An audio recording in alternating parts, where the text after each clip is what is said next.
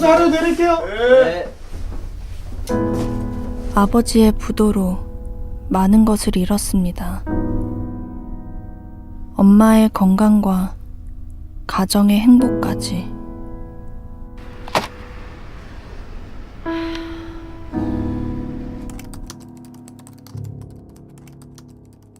저도 새로운 희망을 품을 수 있을까요?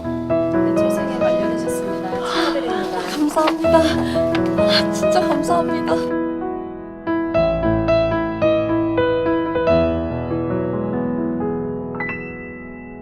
노동자들의 숨겨진 권리 찾기 프로젝트, 노동자를 위한 방송 잡학다식. J-O-B, job. What's your job? My job is 노동. 네. 자, 잡학다식의 정성호입니다. 저희가 이제 7회를 맞이했습니다. 7회를 맞이하면서 많은 분들이 관심을 가져주길 바라고 있거든요. 제가 매번 얘기하지만요, 저는요, 이 방송이요, 예비군 훈련장에서 예비군들이 교육 받기 전에 여러분들은 노동자이기 때문에 이런 권리를 받아야 된다, 이런 거 좀 틀어줬으면 좋겠어요. 그 정도로 많은 분들이 알아야 되는데, 본인은 내일이 아니라고 생각을 해서 클릭을 안 하시는데, 여러분들 다 오노뿐만 아니라 모든 분들, 일하시는 노동을 하고 계신 모든 분들이라면 노동자입니다. 그러면 노동자가 알 권리가 있잖아요. 그거 자기가 가지고 가야죠. 왜 평생 남이 챙겨주겠지, 회사에서 알아서 해주겠지, 이런 생각으로 사는지 모르겠습니다. 이젠 변화해야 됩니다.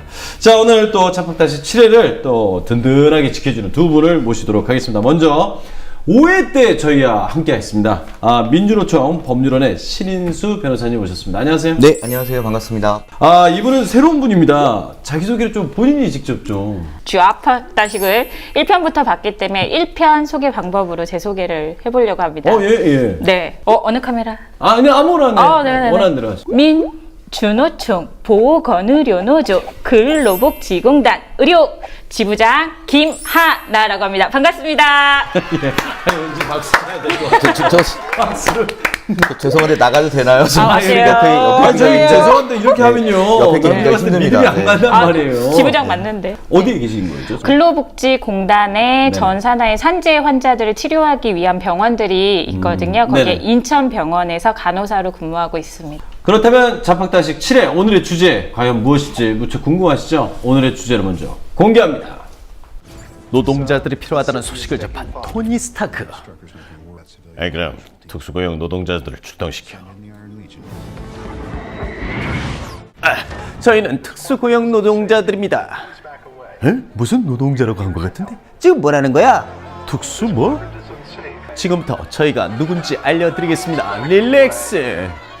오늘 주제가요, 수상한 노동자, 특수고용 노동자를 아십니까? 특수고용 노동자. 일단 단어가 되게 생소합니다. 노동자는 노동자인데 특수고용 노동자. 변호사님, 이 단어가 생긴 도대체 이건 뭡니까? 좀 말이 복잡하죠. 특수고용 노동자라고 하는데 그냥 우리가 쉽게 일상적으로 쓰는 용어로는 위장된 자영업자. 위장된 자영업자. 예, 그리고 노동자로 불리지 못하는 노동자. 실질적으로는 그 노동자로서 일을 하고 사용자에게 노동을 제공하지만 네네. 형식적으로는 근로계약을 맺는 게 아니라 무슨 위탁이나 도급계약이나 무슨 이런 형식의 계약을 맺어가지고 노동법이 적용되지 않는 사각지대에 몰린 사람들, 노동자이지만 노동자로서 대우받지 못하는 이들을 특수고용 노동자라고 하고요. 우리가 이제 일반적으로 예를 들 수 있는 경우는 배달 노동자, 그다음에 학습제 교사, 네네. 택배, 대리운전, 이렇게 굉장히 광범위하게 퍼져 있고요. 정확한 통계인지는 확인해 봐야 되지만 우리나라에서 한 200여만 명, 230만 명, 또 때에 따라서는 300명 가까이 이르는 것으로 추산되고 있습니다.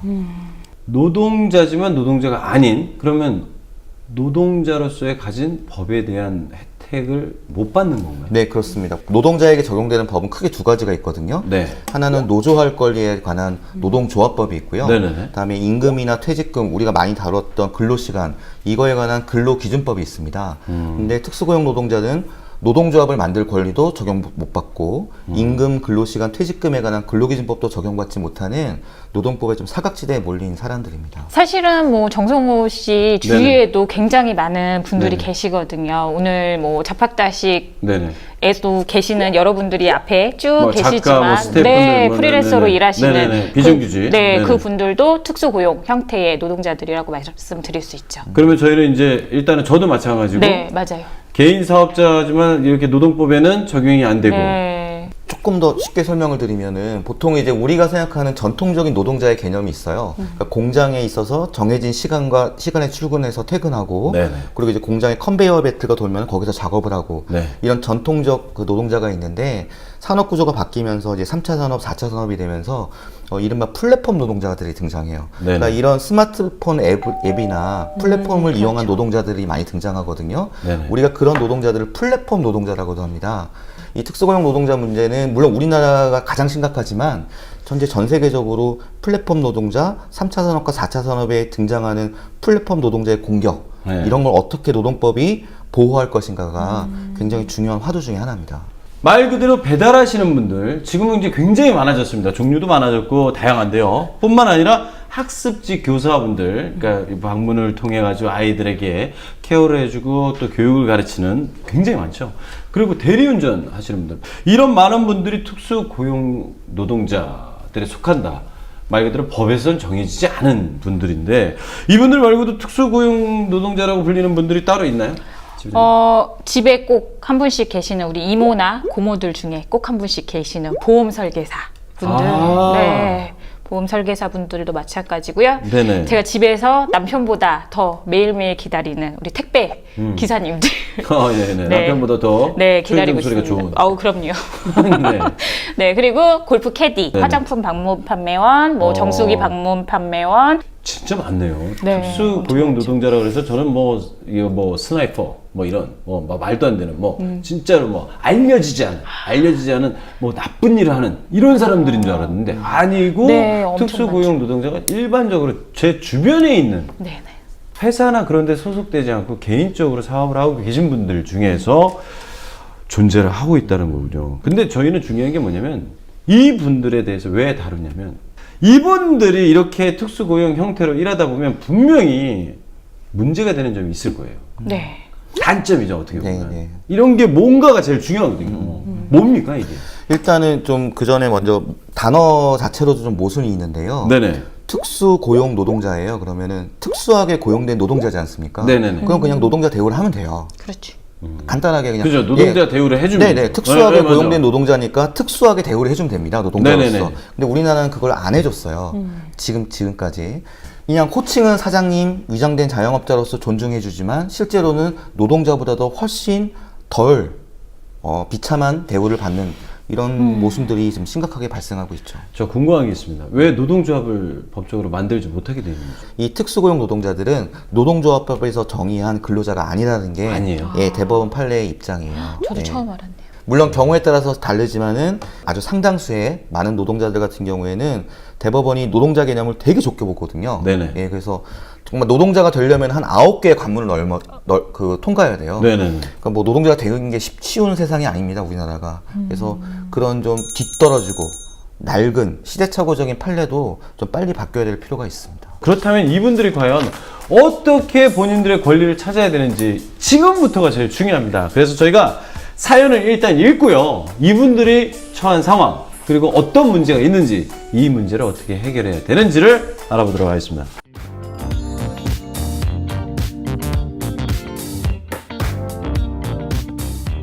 저는 서울의 한 미용실에서 1년 6개월 전 입사를 했습니다. 1년 6개월 전이에요. 거의 2년 전이죠. 경력이 많진 않았지만 그래도 이쪽 일은 처음은 아니었습니다. 아무래도 이쪽 일이 처음 아니니까 입사를 했겠죠. 기쁜 마음으로 일을 시작하게 됐습니다. 합격한 거 축하해요. 예, 감사합니다. 여기는 아침 9시에 출근해서 마지막 손님은 저녁 7시까지 받으면 돼요. 예. 그러면 휴일은요, 원장님? 매주 수요일에만 쉬면 돼요. 아니, 일주일에 하루만 쉬나요?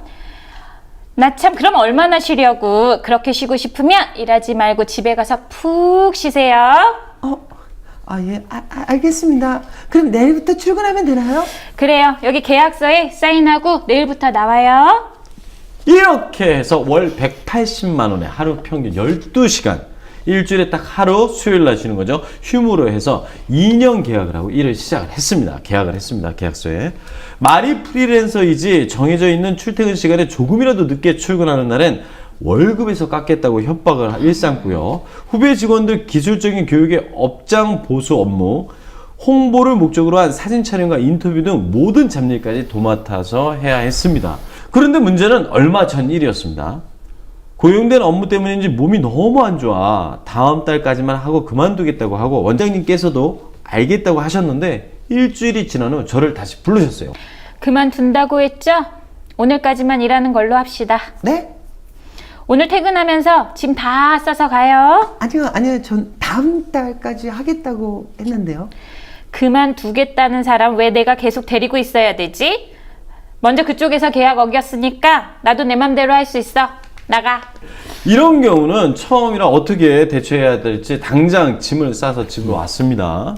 집에 와서 곰곰이 생각해보니 너무 억울해서 퇴직금이라도 달라고 했더니 퇴직금을 요구를 했겠죠. 오히려 1년이 넘었으니까 오히려 저 때문에 피해를 입었다며 화만 내고 전화를 끊어버렸습니다. 제가 받은 해고가 부당한 해고가 아닌가요? 일방적으로 해고를 당했는데 퇴직금을 받을 수 없는 건가요?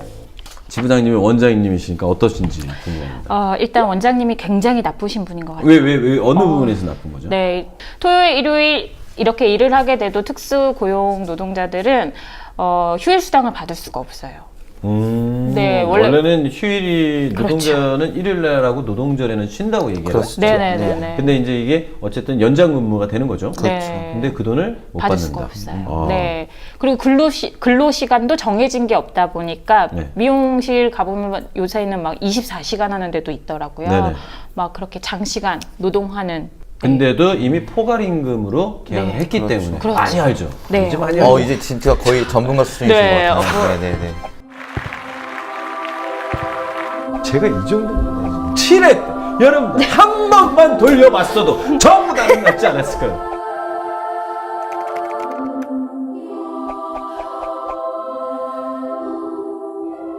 그러니까 이분이 지금 임금 자체에서도 얘기를 할 수 없는 부분이고 그렇죠. 쉬는 날에 대해서 주장을 할 수 할 수도 없는 상황이에요. 없었고요. 네. 그다음에 나가 한 것처럼 그냥 해고 부당해고 당했는데도 네, 문제 제기를 할 수 없고. 이게 일단 부당해고로 인정을 받을 수 있는지 저는 뭐 충분히 받을 수 있을 것 같아요. 예, 충분히. 왜냐하면은 뭐 우리 아까 제가 말씀드린 대법원 판례가 낡고 고루하다라고 말씀드렸지만 네네. 그 낡고 고루한 대법원 판결 기준에 의하더라도 네네. 지금 지금 사연을 주신 분은 충분히 부당해고로 보여요. 일단은 대법원 판례 기준이 계약서를 뭐 용역을 썼든 도급을 썼든 위탁을 썼든 계약서의 명칭이 중요한 게 아니라 근로관계 실질이 자기 자신을 위해 일한 건지 아니면 타인을 위해 종속적 관계에서 일한 건지 그게 가장 중요하다고 보거든요. 네네네. 근데 여기 지금 이분은 미용 원장님, 우리 옆에 계신 원장님을 위해서 일하고 그 네. 대가로 임금을 받은 거잖아요. 네네네. 그렇기 때문에 그거는 타인을 위해 노동력을 제공하고 임금을 받았기 때문에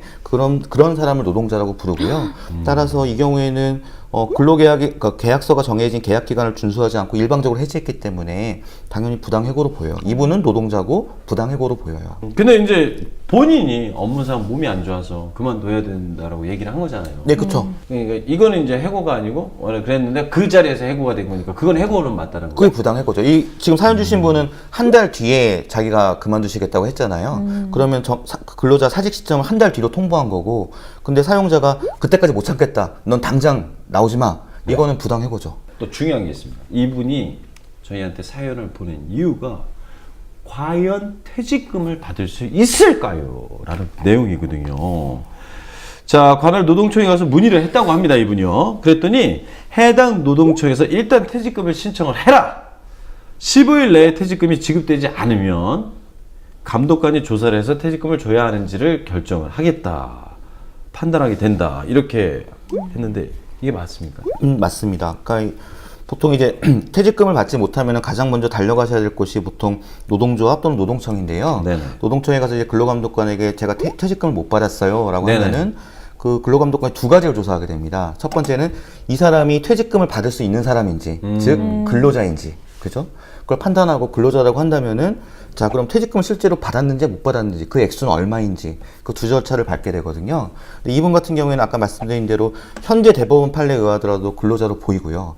또 퇴직금을 못 받았기 때문에요. 네네네. 당연히 받을 수 있을 거로 보입니다. 만약에 이대로 했어요. 근데 원장이 나 싫다. 거부함이.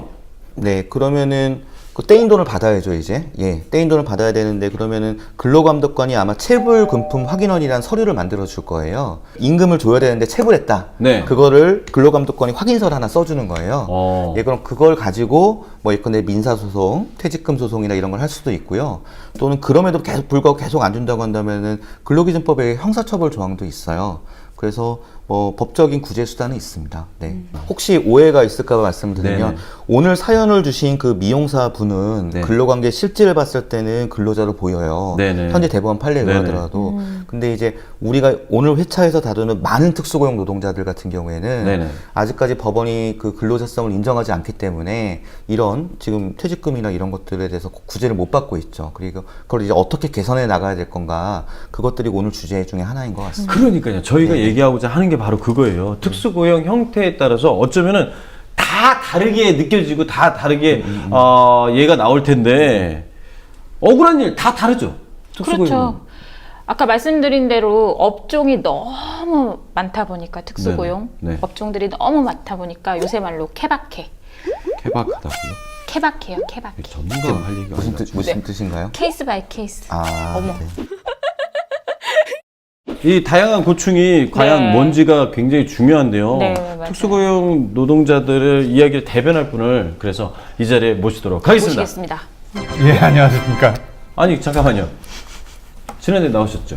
예, 제가 지난주에 나왔습니다. 그 정도 욕심을 내면서 나오고 있습니다. 정확하게 다시 한번 소개를 좀 부탁드립니다. 예, 민주노총 특수고용 노동자 대책회의 의장을 맡고 있는 이영철입니다. 반갑습니다. 저희가 지금 얘기를 하고 있는 게 특수한 노동자분들 얘기를 하고 있거든요.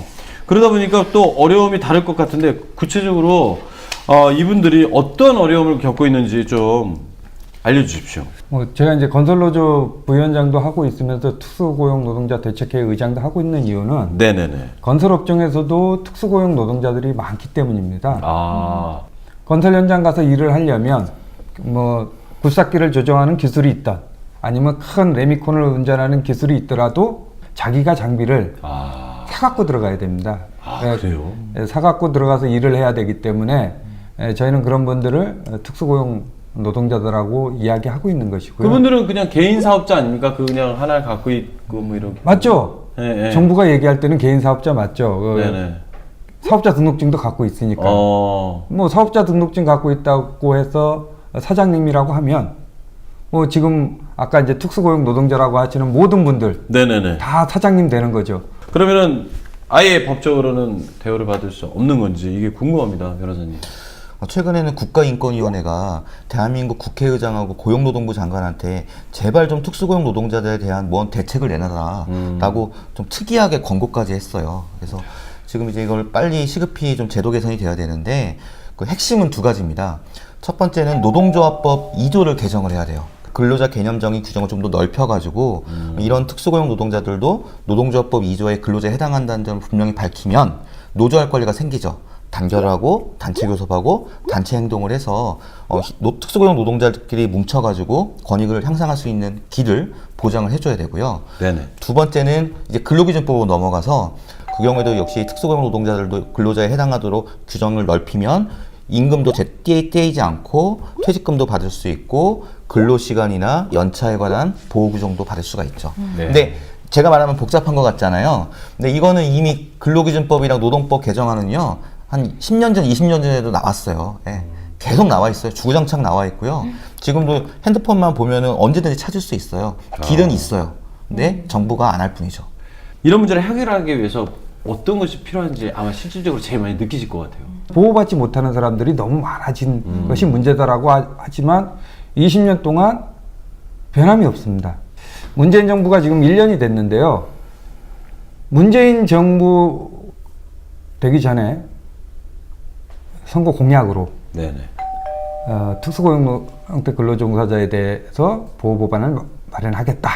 그 얘기를 하시고 노동자로 인정하겠다라는 네. 말씀을 하셨습니다. 공약을 지켜서 나라가 좀 나라다운 나라라고 얘기했듯이 그렇게 좀 했으면 좋겠다는 말씀 드리겠습니다. 아직 뭐 계속 진행 중이시니까요. 꼭 이 방송을 안 보더라도요. 저는 조금의 변화가 있을 거라고 생각합니다. 그러면 끝으로요. 오늘 또 이 자리에 하시면서 이영철 의장님께서 그 얘기를 좀 해줬으면 좋겠어요. 지금 특수고용 노동자들을 바라보면서 더 나아지기 위해서 노력하고 있다라는 걸 좀 말씀 좀 부탁드립니다. 또 우리 전체로 봤을 때는 이런 특수고용 노동자들이 노동조합으로 와서 우리의 권리들을 하나하나 바꿨으면 좋겠다라는 당부의 말씀 드리겠습니다. 무슨 D 재화가 있어요. 네네. 네네.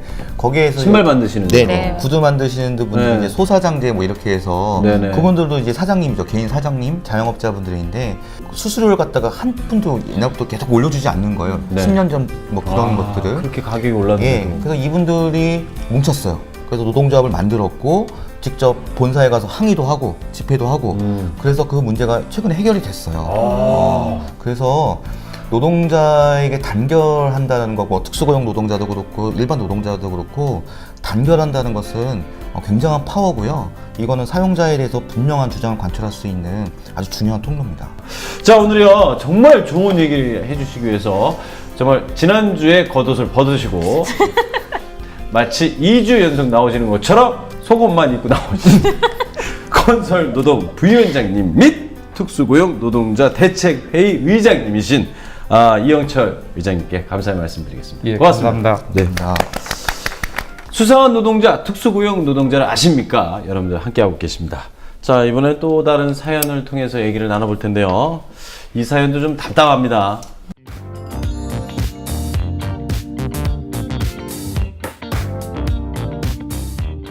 저희 남편은 대형 택배 회사 소속으로 10년간 일을 해왔습니다. 엄밀히 말하면 대형 택배 회사 계약을 맺은 지역 대리점과 계약을 맺은 개인 사업자입니다.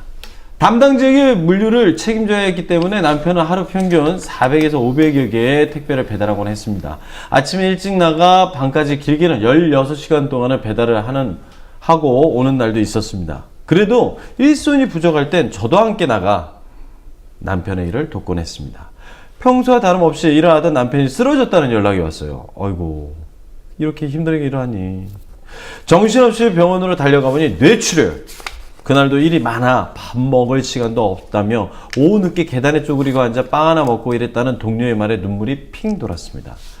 동료들 중에 가장 열심히 일했다며 과로사인 것 같으니 회사와 얘기를 잘 해보라고 했습니다.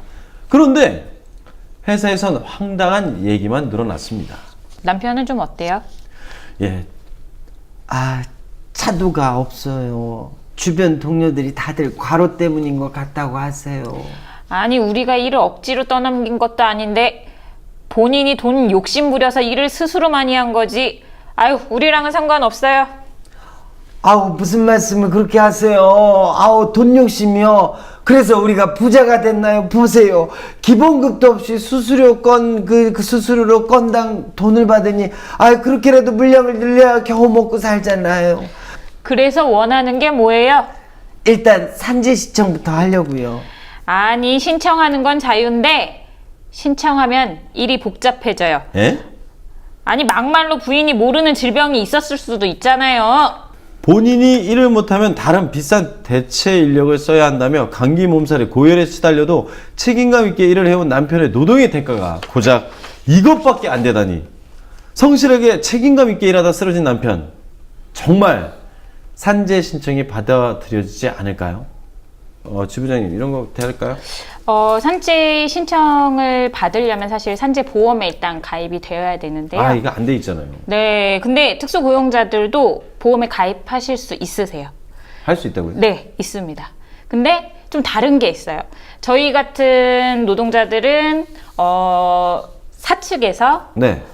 산재 의무 가입이라고 해서 100% 회사에서 돈을 내주거든요. 그렇죠, 그렇죠. 네. 회사에서, 근데 특수고용 노동자들은 50대 50으로 내야 돼요. 회사하고요? 네, 50대 50으로. 이게 무슨 얘기인지 모르겠어요. 그러니까 이게 저는 변호사님, 네. 이 특수고용 노동자들은 산재에 가입할 수가 있다? 반은 맞고 반은 틀린데요. 네. 네네. 뭐 그 전에 먼저 오늘 사연 주신 분을 보니까 네네. 제가 아까 약간 좀 울컥한 게 아까 계단에 앉아서 빵 한 조각 먹으셨다고 하셨잖아요. 네네. 근데 그거랑 오버랩이 된 게 옛날에 우리 지하철에서 컵라면 발견된 그 청년 노동자가 죽었을 때 그런 게 보여요. 그래서 이게 우리 사회에서 뭐 우리가 하는 이런 팟캐스트라는 주제이기도 하지만 네. 진짜 좀 이런 야만적인 분위기의 노동 형태는 좀 빨리 개선이 돼야 될 것 같아요.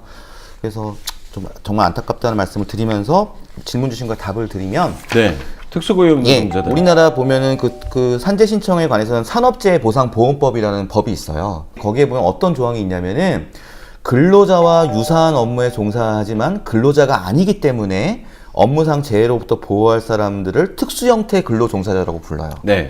그리고 거기에 9개 업종에 대해서는 산업재해보상보험, 산재보험에 가입할 수 있다라고 특수한 조항을 만들었어요. 근데 그 9개 직종이 뭐냐면은 보험 설계사, 골프장 캐디, 택배원, 그리고 대리운전기사 이렇게 뭐 등등해서 9개 직종이에요. 네. 여기 오늘 사연을 주신 분은 택배기사분이기 그러니까 때문에 산재보험에 가입은 할 수 있어요. 할 수 예. 있는데. 근데 문제는 여기서 발생하는데 두 가지 큰 관문을 넘어야 돼요. 하나는 일반 노동자 같은 경우에 산재보험 가입이 의무예요.